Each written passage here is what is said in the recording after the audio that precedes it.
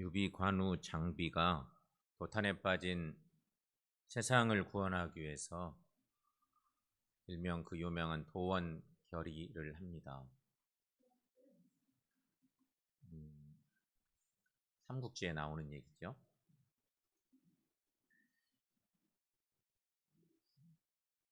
도탄에 빠진 세상을 구원하기 위해서 의기투합하는 이 장수들이었습니다. 그런데 이들이 생전 처음으로 영화관에 갔대요.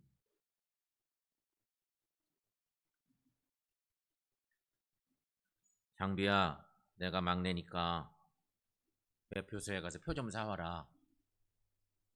유비가 그렇게 말했더니 관우도 거듭니다. 그래, 장비야, 나이 먹은 우리 형님들은 갈 수 없으니 내가 다녀와라. 네, 알겠습니다, 형님들. 그리고 장비가 영화관 표를 사러 갔습니다. 한참 시간이 지나도 이 장비가 오지를 않는 거예요. 걱정이 된 유비와 관우는 매표소 앞을 가봤습니다. 그랬더니 장비가 영화관을 막 때려 부시고 있는 것입니다. 장비야, 이게 무슨 짓이냐? 이렇게 막 혼을 내면서 화를 막 냈습니다. 형님들이.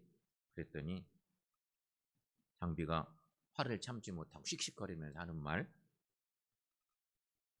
저 여자가 조조만 할인을 해준대요.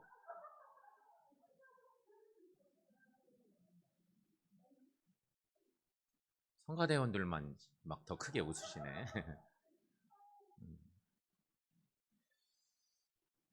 유명한 존 F 케네디는 이런 얘기도 했습니다. 세상에는 진실된 것 세 가지가 있는데 그것은 하나님, 인간의 어리석음, 그리고 웃음이다. 이렇게 얘기했다고 합니다. 그런데 진짜 한 연구에 의하면 지성인일수록 웃을 준비가 잘 되어 있고 유머에 더 많이 감사하며 산답니다. 웃는 것도 머리가 있어야 웃는다는 얘기이기도 한 것입니다.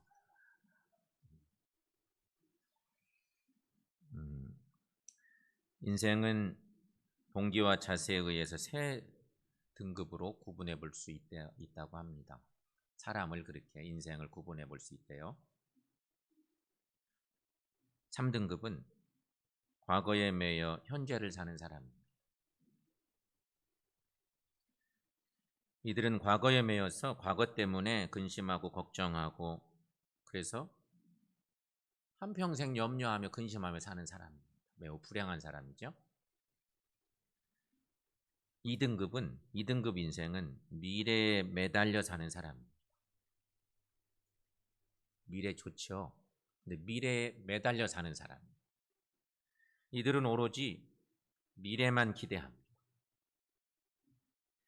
현실은 전혀 고려하지 않고 다소 허황된 마치 무지개와 같은 것에만 매달립니다. 그래서 고진감래니 와신상담이니 하면서 스스로 최면에 빠져 살기도 합니다. 근데 미래만 꿈꾸는 거예요. 내일은 잘 될 거야. 미래만 자꾸 내다보고 미래만 꿈꾸고 2등급 인생도 상당히 팍팍하고 힘든 인생입니다. 그런데 1등급 인생이 있습니다. 1등급 인생. 그것은 현재에 만족하는 사람입니다. 오늘을 힘껏 사는 사람인 거죠. 최선을 다해서 땀 흘리고 이루어 놓은 현실에 대해서 지금이 세상에서 가장 행복하다. 이렇게 늘 만족하며 사는 사람인 것입니다. 여러분, 지금껏 살아온 가운데 오늘이 제일 행복하다 생각하십니까? 참 중요하다는 것입니다. 만약에 그렇다면 여러분은 1등급 인생인 것입니다. 여러분, 우리는 1등급 인생을 사는 사람들이 다 되시기 바랍니다. 그런데 왜 근심과 걱정 속에 살아가는 사람도 있을까? 물론 걱정과 근심, 걱정도 근심도 없는 삶을 사는 거 참 쉽지 않죠? 왜 걱정이 없고 근심이 없겠습니까? 그러나 선별할 줄 알아야 한다는 것입니다. 해야 할 근심과 하지 말아야 할 근심을 구별할 줄 아는 삶이 필요하다 하는 것이. 오늘 본문의 말씀에서 바울은 말합니다. 하지 말아야 할 근심이 있는가 하면 적극적으로 해야 할 근심이 있다는 것입니다. 그것을 성서는 말합니다. 세상 근심과 하나님의 뜻대로 하는 근심, 이렇게 표현하고 있습니다. 근심, 그것은 우리를 고통스럽게 하고 슬프게 하는 그런 요소입니다. 걱정, 근심, 그래서 우리는 막 짓누르는 거예요. 그런 요소인 거죠. 그런데 여러분, 중요한 것은 이러한 근심이 전혀 상반된 결과를 가져온다는 것이죠. 세상 근심은 사망을 이룬답니다. 이 결론이 그렇습니다. 사망을 이룬다. 하지만 하나님의 뜻대로 하는 근심은 구원에 이르는 회개를 이룬다. 이렇게 말씀하고 있습니다. 여러분, 오늘 본문 중에 10절 말씀 한 구절만 함께 읽어보겠습니다. 하나님의 뜻대로 하는 근심은 후회할 것이 없는 구원에 이르게 하는 회개를 이루는 것이요 세상 근심은 사망을 이루는 것이니라. 아멘. 그렇다면 여러분, 세상 근심과 하나님의 뜻대로 하는 근심은 과연 어떤 것일까? 조금만 더 들어가 보죠. 조금만 더 살펴봅니다. 먼저는 사망을 이루는 세상 근심.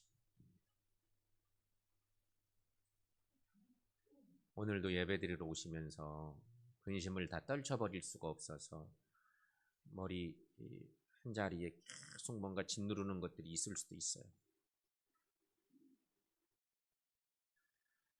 그런데 그것이 세상 근심인지 하나님을 위한 근심인지 이거 늘 생각해 볼 필요가 있는 건데, 먼저 세상 근심. 여러분, 이것은 자신의 연약함이나 잘못이 드러났을 때 자신이 행한 잘못을 정당화하려고 할 때에 생기는 근심에 해당합니다. 세상 근심은 진리의 빛에 자신의 잘못이 드러나더라도 진리를 따르지 않고 자신의 생각과 결정이 옳다고 주장하는 어리석은 마음, 이런 것들이 다 세상 근심에 속하는 것입니다. 이 근심은 자신의 죄를 은폐하고 자신의 정당성만을 고집하는 데서 옵니다. 그래서 결국에는 하나님과 벌어진 간격을 좁혀내지 못합니다. 여러분, 하나님의 사람들이 하나님과의 간격이 생겼어. 그걸 좁혀내야 되는데 좁혀내지 못하면 마침내 사망에 이르게 됩니다. 그런데 참 안타까운 사실은 하나님의 자녀들 가운데에도 사망에 이르는 세상 근심에 빠진 사람들이 많다는 거죠.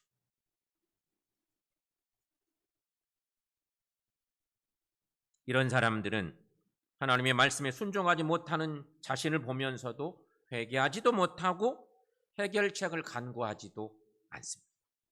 그저 양심의 가책만을 받아서 급기야 모든 용기를 잃고 실의와 자기 혐오에 빠져버립니다.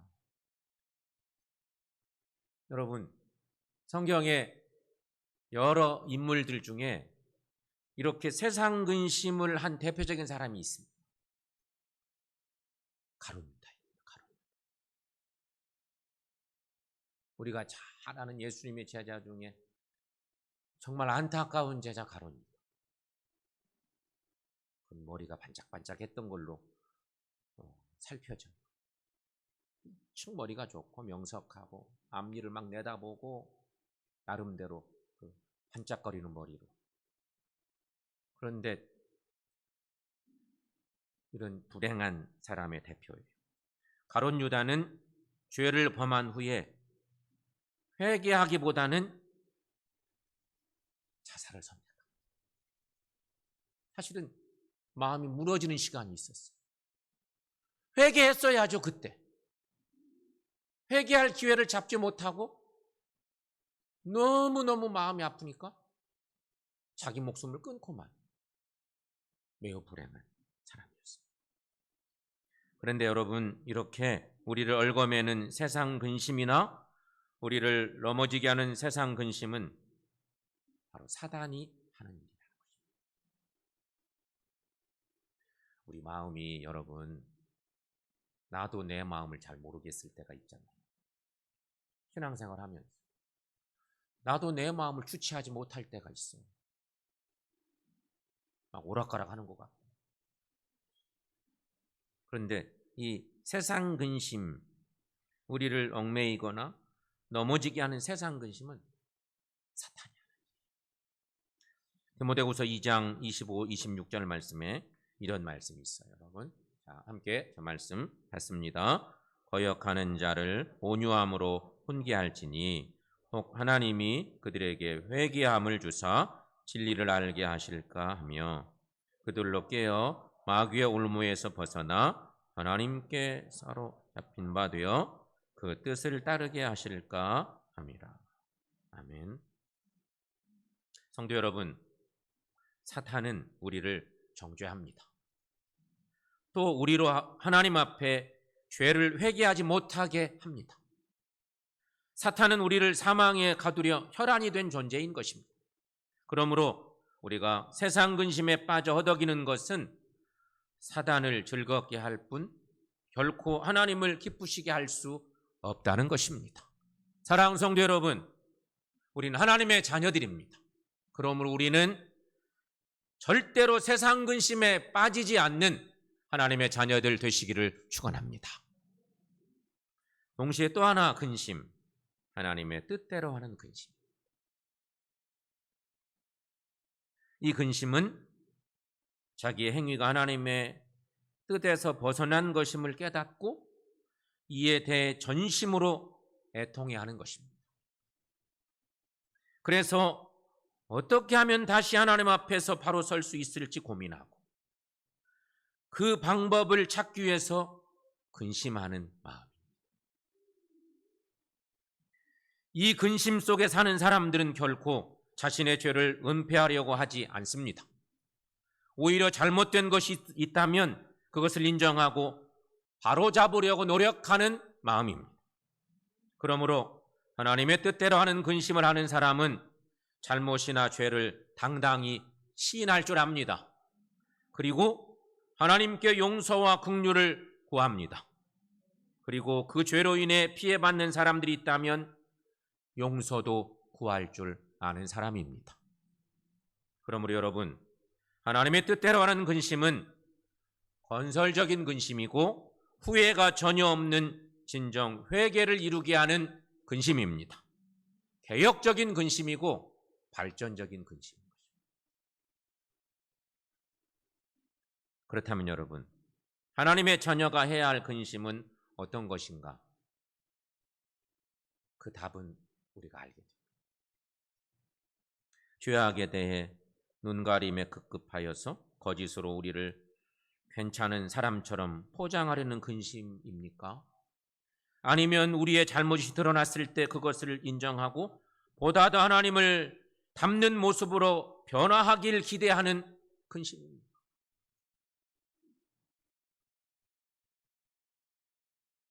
우리는 후자의 근심을 하는 것이 답니다. 마치 주님을 3번이나 부인한 베드로가 회개하고 자신을 더욱 주님의 모습처럼 변화시키려고 노력했던 것처럼 우리들도 그렇게 노력하는 사람들이 돼야 한다는 것이죠. 성도 여러분, 우리 하나님은 자녀인 우리가 아무리 흉악한 죄를 범해도 파멸과 사망이 아니라 구원에 이르게 하는 회개를 하기를 원하시는 하나님이신 것입니다. 여러분 마음에 어떤 근심이 있습니까? 어떤 염려가 있습니까? 분명한 거 하나는 우리는 하나님의 사랑받는 하나님의 자녀들임을 믿습니다. 우리 예수님은 요한복음 6장에서 이런 말씀을 주신 적이 있습니다. 35절 말씀 여러분 함께 읽습니다.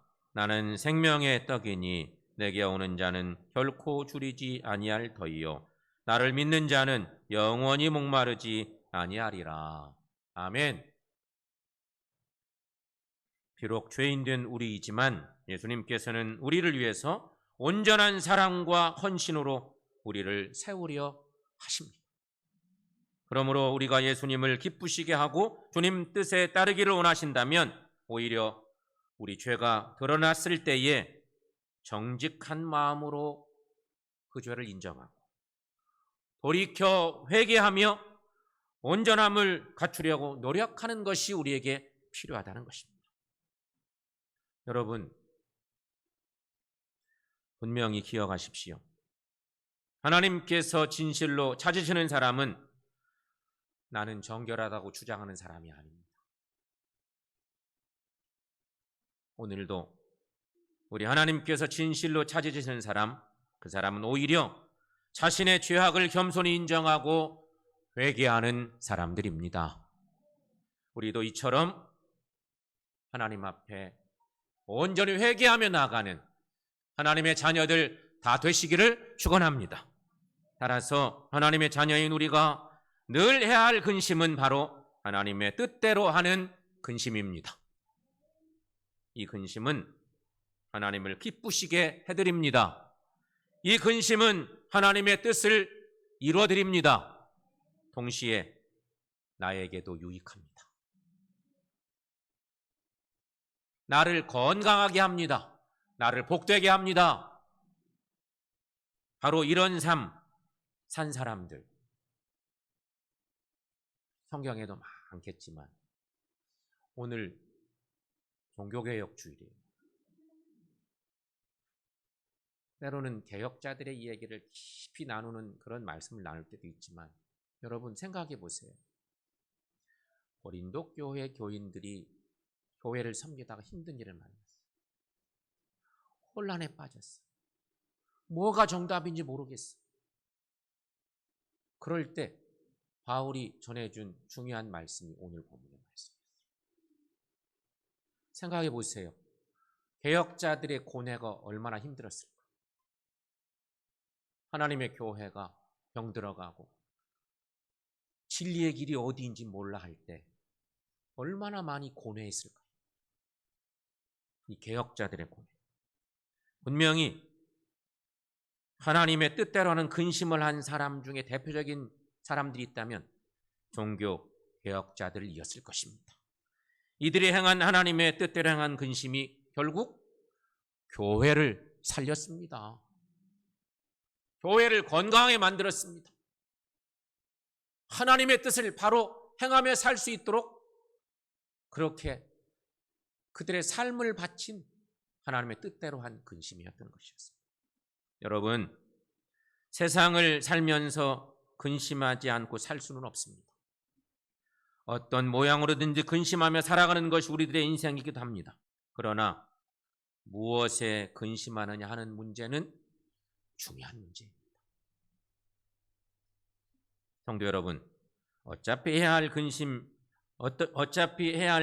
근심해야 할 인생이라면 차라리 열심히 걱정하셔야 될 텐데, 다만 우리는 세상 근심이 아니라 하나님의 뜻대로 하는 근심을 하며 사십시다. 그것은 우리가 압니다. 우리 마음에 우리가 묵상해 보면 누구나 다 내가 늘 하고 있는 근심거리들이 무엇 때문에 하는 근심인지, 무엇을 위한 근심인지, 신앙의 양심 속에서 이게 다 호소되는 것입니다. 그런데 오늘 주님은 이 종교개혁주일에 초대교회의 모습을 보게 하시고 오늘 이 땅의 교회를 이루고 있는 우리들에게 요구하고 계신 거죠. 분명한 건 여러분, 세상 근심이 아닌 하나님의 뜻대로 하는 근심, 그것은 우리로 오히려 자유롭게 하는 은혜를 주시는 줄로 믿습니다. 세상 근심은 부작용이 많습니다. 그래서 머리 아프게도 하고 위를 아프게도 할 수 있고 우리를 병들게 할 수 있습니다. 세상 근심은 그렇습니다. 그러나 하나님의 뜻대로 하는 근심은 후회도 부작용도 없습니다. 아니, 하나님의 뜻대로 하는 근심은 하면 할수록 하나님을 기쁘시게 하고 하나님을 영화롭게 하고 하나님께 유익하고 내 영혼에도 유익한 은혜를 주시는 근심입니다. 오늘 본문 말씀 중에 11절 말씀 있는데 이 말씀을 세번역 말씀으로 한번 읽어보겠습니다. 우리가 읽고 있는 개정판 성경은 말씀이 조금씩 이렇게 좀 딱딱한 단어들이 많은데 하나님의 뜻대로 하는 근심을 하게 된 고린도 교회, 그 교회가 너무 여러 가지로 어려운데 그 교회를 살리기 위한 이 권면의 말씀 속에 있는 이 말씀, 그들이 어떻게 살았는지 이것을 보게 하는 말씀이죠. 세번역으로 함께 읽습니다.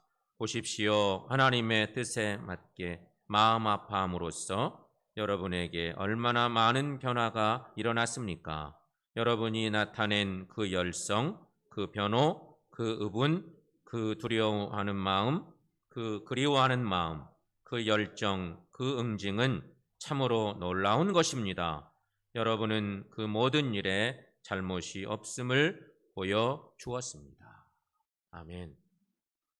사랑하는 성도 여러분, 지금 여러분에게 어떤 염려와 근심이 있으십니까? 얼마나 힘이 드십니까? 그래도 어떤 상황에도 세상 근심 내려놓으시고 하나님의 뜻대로 하는 근심을 하시기를 바랍니다. 그래서 오직 하나님의 뜻을 이루어드리고 사람을 살리고 교회를 살리는 하나님의 사람들이 되십시오. 그래서 하나님 귀한 뜻을 이루면서 사는 우리를 통해서 하나님 높여드리고 우리 삶이 유익하고 우리 사랑하는 성도들을 살리고 교회를 살리는 일에 이바지하는 삶을 살아가는 우리 모두가 되시기를 축원합니다.